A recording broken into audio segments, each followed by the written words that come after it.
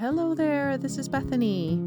It's been nearly a year since my man, our daughter, and myself left our comfortable and established lifestyle in Ontario, Canada, for a life we always chatted about during morning coffee. Fast-tracking our retirement plans, chasing our dreams, risking our future in the race against old age, we purchased 7 unseen acres in the wilderness of Cape Breton Island, Nova Scotia. We downsized everything we owned, loaded up a trailer, our dog, 2 cats, an ATV, and hauled them to our new land. What we knew for sure was our life was about to make a drastic change. What we didn't know was that we were relocating to the most gorgeous place we've ever seen. We took a chance and it was worth it. Join us as we navigate through our new RV lifestyle. New climate, new landscape, new wildlife. Building a world we dreamed of in a place only seen in postcards from the ground up. Thanks for visiting, and subscribe to my channel if you would enjoy the content of a 40-something gal running away into the woods with her family.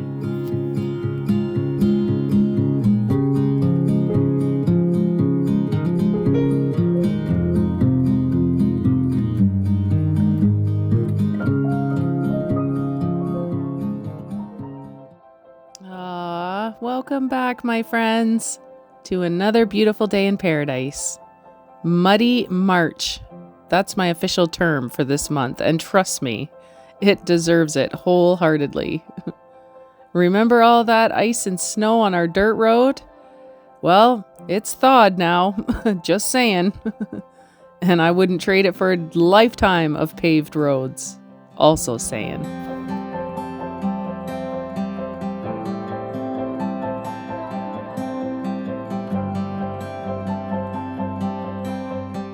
So if I say that I'm running to town, that usually means to Shetty Camp, which is about a 10 to 12 minute drive. And I would consider Shetty Camp to be like the metro in this area. But if I say that I'm running to the village, it means a short 4-minute drive to our fishing harbor. It does not have much, but it does have everything that I need most days.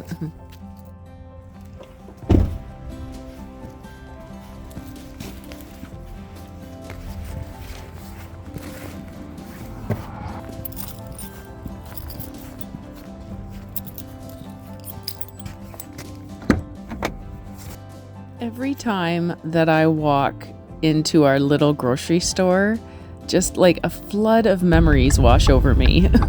It looks and smells like the Langton, Ontario Village Mart. For those who know.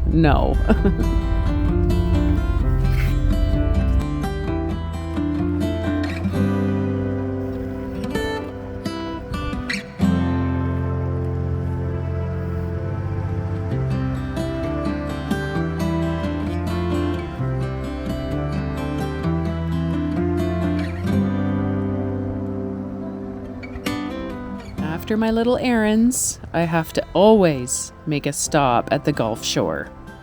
This is the location of my very first ever boondock car camp. It was such a strange experience, but oh, so fun. I decided that every year, early spring, I will kickstart car camp season in this exact location. Almost like a tradition. It's also very cute to have a little art gallery and studio along the harbor. It attracts some tourism to this little hidden gem of a village. And in the summertime, our daughter will enjoy some art camp days at the studio. And during lobster season, Manfred sporadically runs down to this harbor with his pail to snag some freshly caught beauties for dinner.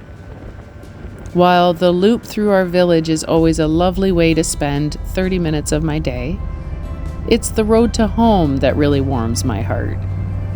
Like, my whole body and mind just relaxes, getting off that paved road and back into our wilderness.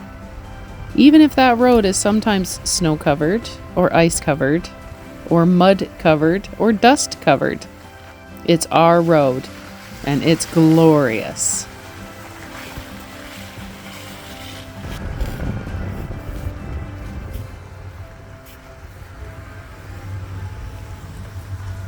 Okay, I have to get back to work now for the next few days, but then I have some things to tell ya. Stay tuned.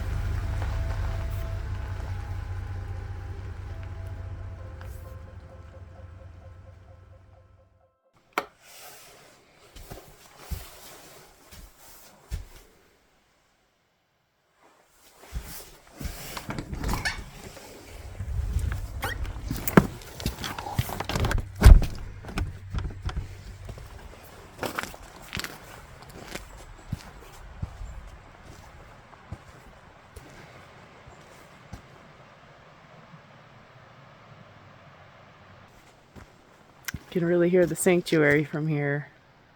I'll have to head over there later. It's very, very foggy, and there's a chill in the air. I just got finished grooming, just closed my shop for a couple days, and my man and our daughter went to the big city today. So I'm all by myself. Man friend wanted to go to the city to see a good friend of his. I had a couple dogs to groom, so I couldn't go, but I wasn't really keen on taking a drive to the city anyway. My daughter wanted to go because she needed couple things. She wanted a new book bag, and some paints. She's a little bit of an artist, so she wanted to grab some special paints. She's got a few projects coming up, she said. Speaking of projects, you can scratch a couple things off the list that I already told you about. There's a few things we are working on all the time, kind of at the same time. Down by the lake, we're always cleaning up around there, obviously. But just over the last couple days, Manfred and I have been kind of working through here, which is right up by our shed and RV. And we're gonna put our garden boxes here, so let me show you.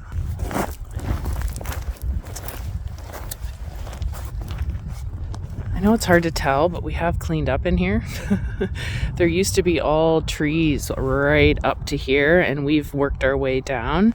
Manfriend is going to put planter boxes that kind of line this space here, and they're going to just kind of go across here. And then it takes us up to like the fire pit area right here. Planter boxes here, all the way across. So as you can see, we've been cutting everything through, and we're just slowly bringing things up and burning them. We had a big burn yesterday. It was nice.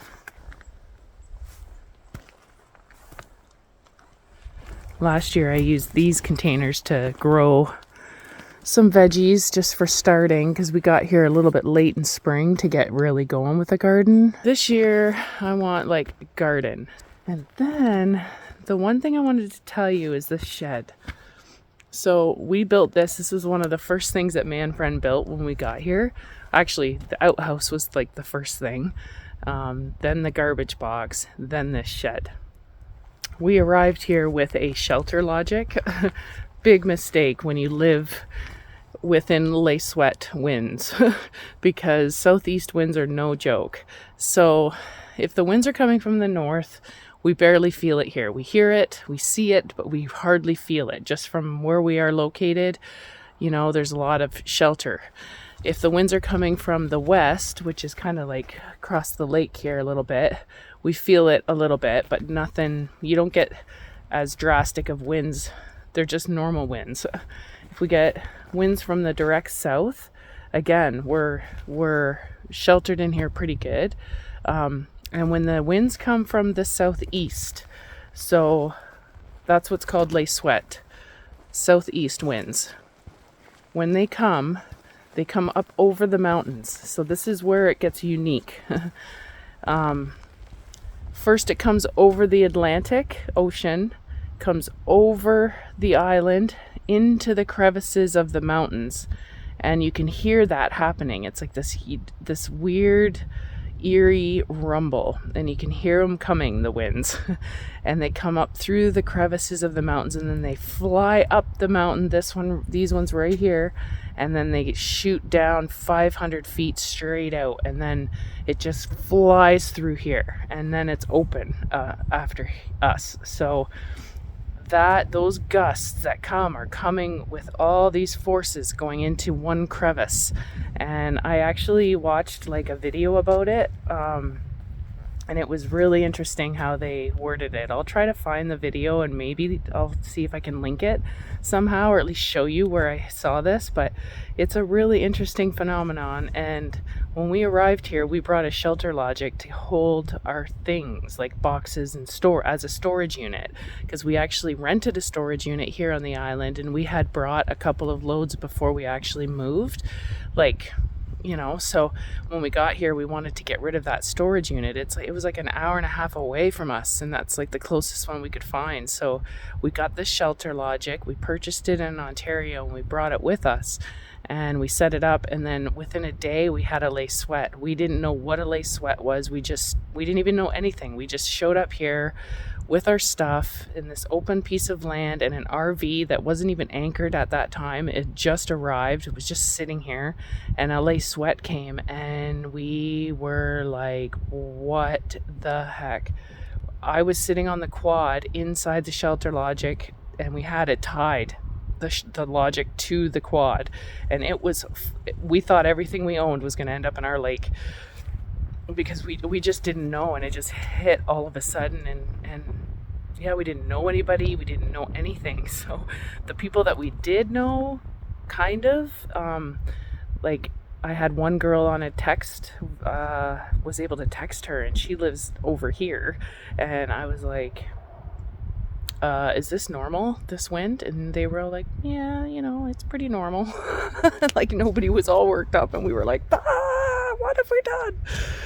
But anyway, we're used to the Les Suête now. We actually quite enjoy it. We learned from every single one.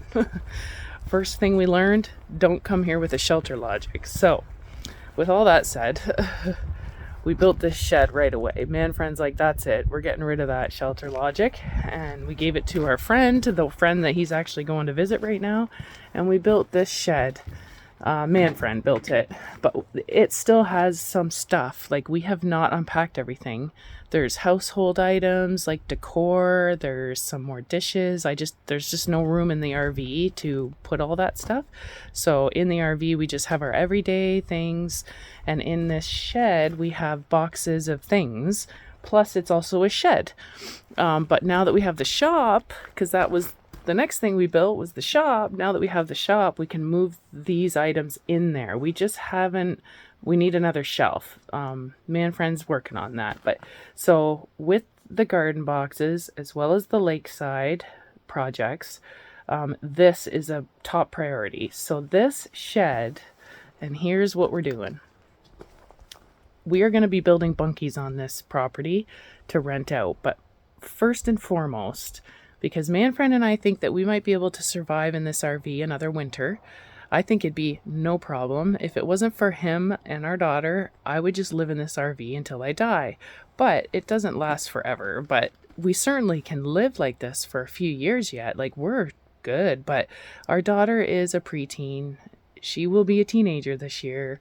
And we just want her to have her own space. She needs more space. And so we're actually turning this into her own bunkie. In the winter, she will stay in the RV, obviously, because we don't want to have to heat this. We could heat it and figure that out. Maybe we will, but at this point, we're not going to. She can go back into the RV in the winter. But in the summer and in late spring, summer, and fall, she can kind of live out here if she wants. And we're going to put a little deck for her here. So the deck will come out here, and she'll have a nice view of the lake. We're going to put a window here, and then this will be the door, obviously. That's our storage up there. Some of my camping stuff, dishes, canning items, roasting pans. This is an electric fireplace and shelf, and we're actually going to be doing something with that, and I'll show you in a minute. But right now, all of this stuff, it can it's going to be moved out. That's our poker table. We actually have a nice poker table. The ladder is here to be able to get up and down and stuff. But anyway, it needs to be insulated. Daughter wants to decorate it and paint it and, you know, be involved in that. And so her and man friend are going to work on this little bunkie, and I'll help. But he wants to redo the floor. It's got to be insulated, put some windows in, just make it. Oh, he wants to put a railing up here because she wants to put her bed up there. So this is going to be her own little private bunkie just for her. This will be cozy, and she will have, you know, her art area. She'll have a little sitting area. She can have her friends over. She's a little embarrassed to have friends over at this point, being in the RV, because she's like, it's just not decorated the way I would normally do it. And she's right. We just kind of came here. I mean, it's comfortable and cozy, I think, but she wants it to be more her style. So that's the plan with this shed. The Eva, it's going to be Eva's bunkie. That firewood there is going to be moved over to the shed or the shop. That shelf, that fireplace thing, is going to go in the RV. This is another little thing we're going to change up.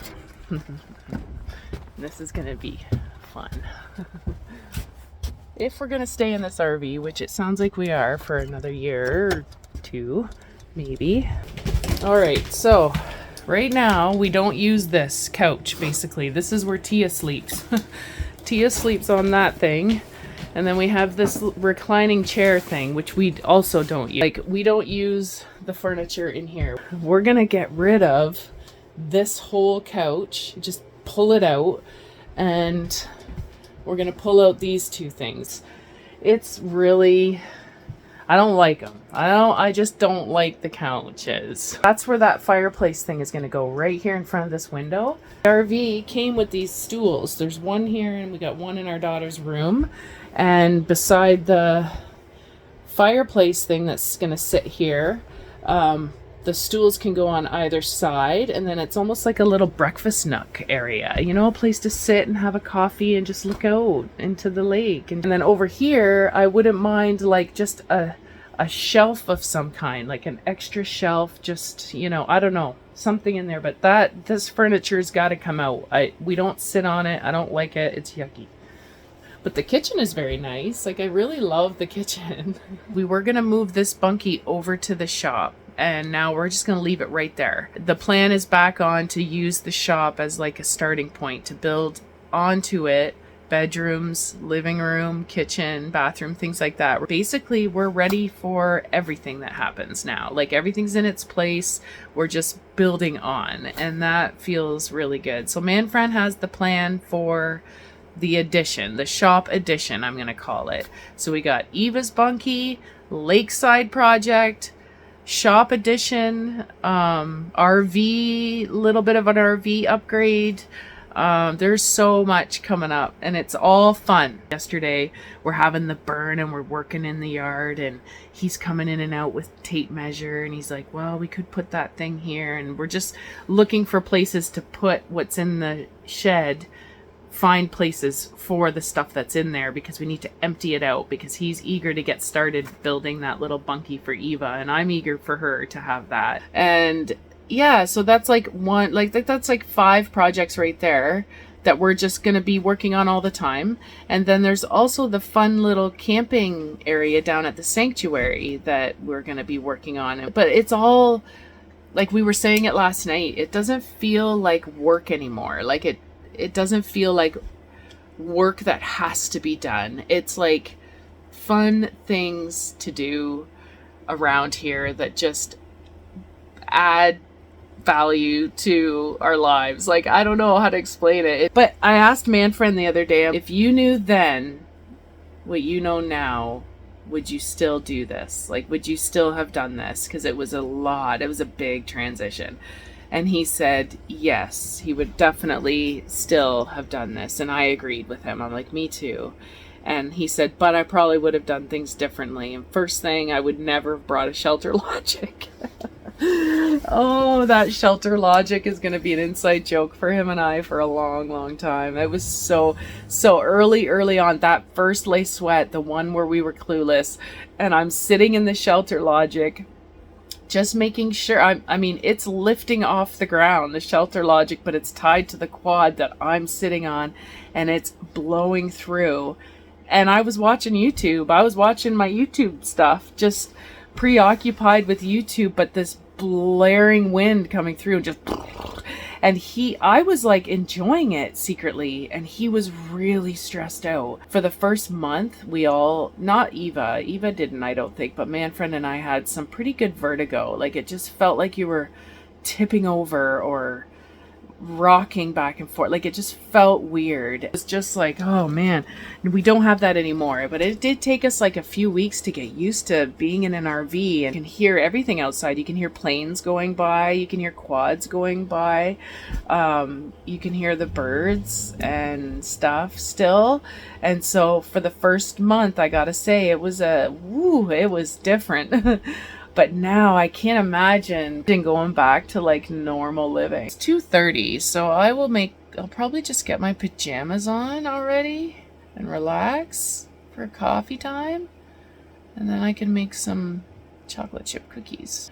And my mom, so sweet, she sent us this package. I wrote on it so nobody would open it, but open on Easter. So she said there's an Easter treat for everybody in there, and I think that's so, so cute. It's nice to see it just sitting here. I love it.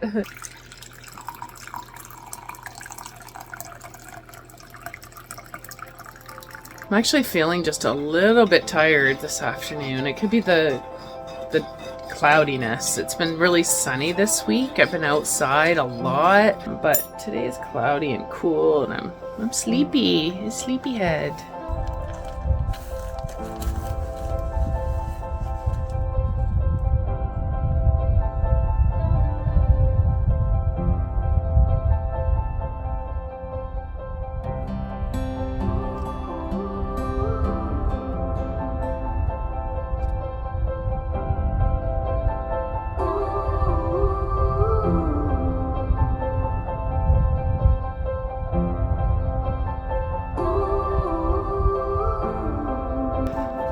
Quick trip to the sanctuary, then I'll do cookies. Close your eyes, get out of your skin. All it is matters, let it in. If I could, I would be right here with you. In this world of ticking clocks, I hope I'm getting through.